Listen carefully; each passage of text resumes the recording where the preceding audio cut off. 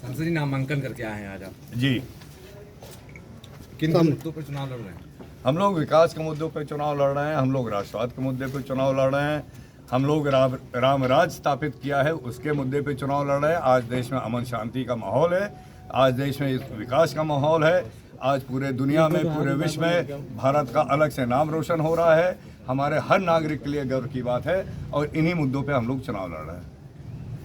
कितने आश्वस्त हैं आप जीत के लिए, कितने आश्वस्त हैं? देखिए, चुनाव है, चुनाव में हम लोग इसको लड़ाई मान के हम लोग पूरी मेहनत के साथ लड़ रहे हैं और इसमें हम लोग चुनाव जीतेंगे, भारतीय जनता पार्टी की सरकार बनेगी, इसमें कोई दो राय। सीधी लड़ाई आप किससे मानते हैं? यहाँ कोई लड़ाई नहीं है, यहाँ जनता बस रुकी है कि मौका मिला वोट डाल दे। आप कह रहे हैं यहाँ कोई लड़ाई ही नहीं है, लेकिन जो आपके इंडिया गठबंधन से जो प्रत्याशी यहाँ उतारा गया है, समाजवादी पार्टी से श्रेया वर्मा नाम है, बेनी प्रसाद की वो पोती हैं और वो कह रही हैं कि हमने बहुत सपोर्ट मिल रहा है। उनका कहना है कि हमने वर्मा, दलित, मुसलमान, पिछड़ों, इनका अच्छा समर्थन मिल रहा है। देखिए, आदरणीय मोदी जी के कार्यकाल में यहाँ पे जो पहले जातगत प्रथा चलती थी वो खत्म हो गई है।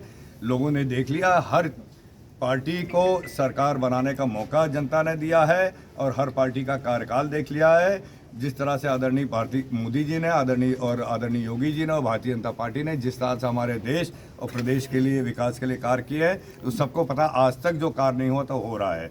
तो ये इन लोगों की भूल है। अगर ये लोग जातगत उस पर चलना चाहे तो बहुत बड़ी भूल है।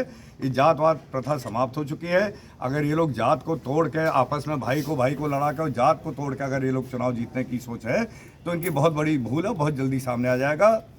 इनके परिवार के लोग बाराबंकी से 3 बार लगातार चुनाव हारते चले आ रहे हैं और मैं इनसे पूछना चाहता हूँ, क्या आपके यहाँ के लोगों का विश्वास नहीं प्राप्त था जो आप इतनी दूर चुनाव लड़ रहे हैं?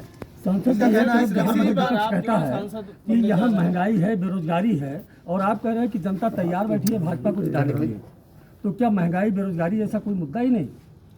देखिए, महंगाई और बेरोजगारी को जो मुद्दा जो लोग उछाल रहे हैं उसको एक पूरे समय में देखा जाए तो जब मनमोहन सिंह की सरकार बनी थी और 2004 से लेकर 2014 तक कितना महंगाई बढ़ी थी, उस हिसाब से अगर मूल्यांकन करें तो आज जो दाम है चीज़ों के आज से चौगुने होने चाहिए। हम लोगों ने तो महंगाई को कंट्रोल किया जिस तरह बढ़ रहा था। आज हमारी सबसे तेज़ी से बढ़ती अर्थव्यवस्था है, हमारा जीडीपी सबसे आगे है। और जहाँ तक बेरोजगारी की समस्या है, जो बेरोजगारी ये लोग बता रहे हैं, बेरोजगारी की समस्या क्यों पैदा हुई? क्योंकि 10 साल तक कांग्रेस ने लाखों 3 लाख करोड़ रुपए का घोटाला करके चली गई। आज इसलिए बेरोजगारी की समस्या हमारे ऊपर थोप रहे हैं। 4 बार बसपा और सपा की सरकार रही है, इन्होंने क्या किया? इन्होंने भी प्रदेश को लूटने का काम किया है। कोई विकास कार्य नहीं हुआ, कोई इंफ्रास्ट्रक्चर का काम नहीं हुआ। आज आपके यहाँ मेडिकल कॉलेज बन रहा है, इसमें हमारे गरीब परिवार के लड़के लोग पढ़ के, लड़के लड़कियाँ पढ़ के डॉक्टर बनेंगे और तब इन लोगों की बेरोजगारी की समस्या दूर होगी।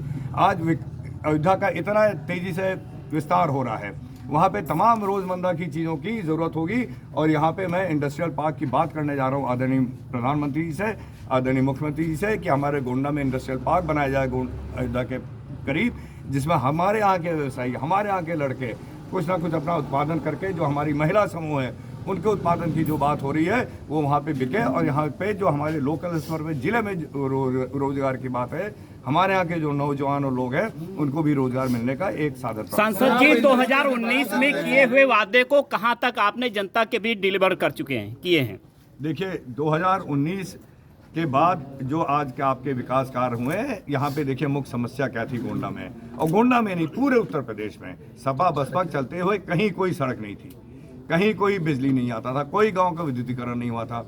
2014 और 2019 से हम लोग लगातार आज देख लिए करीब हर गांव सड़क से कनेक्टेड है। आज यहाँ करीब 10 छोटे पावर स्टेशन और 2 बड़े 132 kVA के आपके यहाँ बिजली में और घारी घाट में हम लोगों ने बनवाया है। इस तरह विकास हो रहा। आपके यहाँ 3 फ्लाईओवर बन रहे हैं।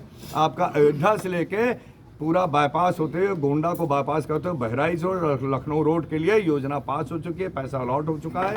वो आपका पूरा एक रिंग रोड बनने वाली है। ये विकास हो रहा है। आज आप यहाँ से कहे जाने वाले 2 विद्यालय, एक मिनट हमें बात कंप्लीट करने दीजिए।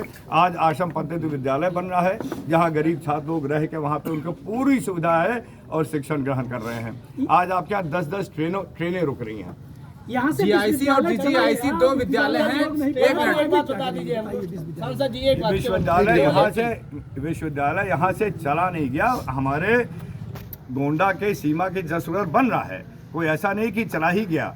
जैसे यहाँ पे हमारे परिवार है वहाँ पे भी है, यहाँ पे क्योंकि ऑलरेडी यहाँ पे आपके फैजाबाद में विश्वविद्यालय है, इसलिए माननीय मुख्यमंत्री जी ने वो जो हमारा सीमावर्ती क्षेत्र है वो भी पिछड़ा क्षेत्र है उनका सोच के दिया है। इसके बाद भी यहाँ पे हम लोग टेक्निकल यूनिवर्सिटी की बात करेंगे जिससे हमारे लड़के टेक्निकल एजुकेशन पाके अपनी रोजी रोटी। सांसद जी एक सवाल ये है कि आपने सड़कों की बात कही, बड़ी अच्छी बात है, सड़क बन गई। 2 विद्यालय जीआईसी और जीजीआईसी, क्या आपको पता है कि वहाँ शिक्षक की कमी है? देखिए जो शिक्षक की कमी कितने शिक्षक नहीं है क्या आप जानते हैं? नहीं, उसका आप हमें बता सकते हैं, लेकिन अगर ऐसी कमी है तो उसको पूरा करेगी सरकार, इसमें कोई दो राय नहीं। सांसद जी, 2 चरण का चुनाव हो चुका है, जनरल डिब्बे खत्म हो रहे हैं, क्यों एसी के डिब्बे बढ़ रहे हैं, क्या कारण है? गरीबों की जो माना जा रहा है कि सबसे देखिए हाँ, गरीबों के साथ क्या हो रहा है? नहीं, गरीबों के साथ गरीबी तो खत्म हो रही है। आज आप देख रहे हैं, आप ट्रेन बंद करके गरीबी खत्म हो रही है। रुके रहिए। आज आप जानते हैं कि हमारे पूरे देश में कितने नए एयरपोर्ट बने हैं, उस एयरपोर्ट खाली चल रहे हैं क्या? हमारे हवाई जहाज खाली, उसमें कौन चल रहा है? जो पहले गरीब था आज वो गरीबी रेखा के ऊपर आ चुका है, आज उसकी अपेक्षा दूसरी है और उस हिसाब से यहाँ पे काम हो रहा है। आप जाके अयोध्या एयरपोर्ट देख लीजिए, आप कहीं भी, आप दिल्ली लखनऊ एयरपोर्ट देख लीजिए, जो आम जनता जिसके पास सेकंड क्लास है चलने के लिए पैसा नहीं था, आज उसके पास हवाई सेवा का पैसा है। तो आप का हवाला दिया है। मैं ये नहीं कह रहा हूँ सब अमीर हो गए, मैं ये कह रहा हूँ कि जो गरीबी रेखा थी उसको बहुत हद तक पीछे हम लोगों ने किया है और गरीबी से बहुत सारे सैकड़ों करोड़ों लोगों को हम लोगों ने हमारी सरकार ने। सांसद जी पैसेंजर ट्रेन चलाई जाएगी, कोरोना के बाद से पैसेंजर ट्रेन नहीं ऐसे में एक हम कह रहे हैं, एक करके पूछोगे तो। 2 चरण का चुनाव हो चुका है, 5वें चरण में यहाँ मतदान होना है, लेकिन दोनों चरण में जो वोटिंग का परसेंटेज था वो काफी कम देखा जा रहा है। क्या कारण है कि वोटिंग परसेंटेज बढ़ नहीं रहा है? युवा रुचि नहीं ले रहे हैं या लोग घर से निकलकर उत्साहित नहीं है मतदान को लेकर? हाँ, ये एक समस्या है जो सबको सोचना चाहिए कि हम लोगों का पहला कर्तव्य है, एक लोकतंत्र के मंदिर में हम लोग रहते हैं और लोकतंत्र में सबसे पहला कर्तव्य कि हम लोग अपना वोट डालें। और मैं सबसे अपील करता हूँ खास करके युवाओं से कि आगे आने वाला ज़माना उनका है, उनको एक सही संदेश देना है समाज में। आगे इस देश में क्या होगा वो जैसा हमारे युवा चाहेंगे वैसा होना है। और मेरी सारी युवाओं से अपील है कि आप लोग हर जहाँ भी जिस चरण में चुनाव है आप लोग ज़्यादा से ज़्यादा संख्या में निकलकर वोट डालने का कष्ट। सांसद जी, आपने कहा कि हवाई चप्पल वाले हवाई सफ़र कर रहे हैं, गरीबी से निकाला गया है, तो ये 80 करोड़ राशन ले रहे हैं, ये लोग कौन है? देखिए 80 करोड़ जो राशन ले रहे हैं वो भी हमारे देश के लोग हैं। आज तक इनके बारे में कोई सोचता नहीं था। नहीं, ये क्या है? वो गरीब है या अमीर है, क्या है ये लोग? ये क्यों लेना पड़ रहा है इनको? ये क्यों लेना पड़ रहा है? ये क्यों ले रहे हैं? क्यों ले रहे हैं? वो गरीब नहीं है। संख्या इतनी बढ़ गई, आपने आप कहा। गरीबी का मापदंड क्या बताइए? नहीं, अगर आप राशन बताएं। ले रहा तो गरीब है, अगर कोई दुकान पे जाए तो गरीब है। गरीबी का मापदंड आप क्या मान के चल रहे हैं? सरकार ये हम लोगों ने नहीं, देखिए सरकार ने मापदंड जो बना रखा है कि सरकार ने कोई मापदंड नहीं बना रखा है। हम लोग अपने जनता को जितना से जितना सुविधा बना सके दे रहे हैं। अब आप कहिएगा गैस सिलेंडर दे रहे हैं तो गरीब हैं,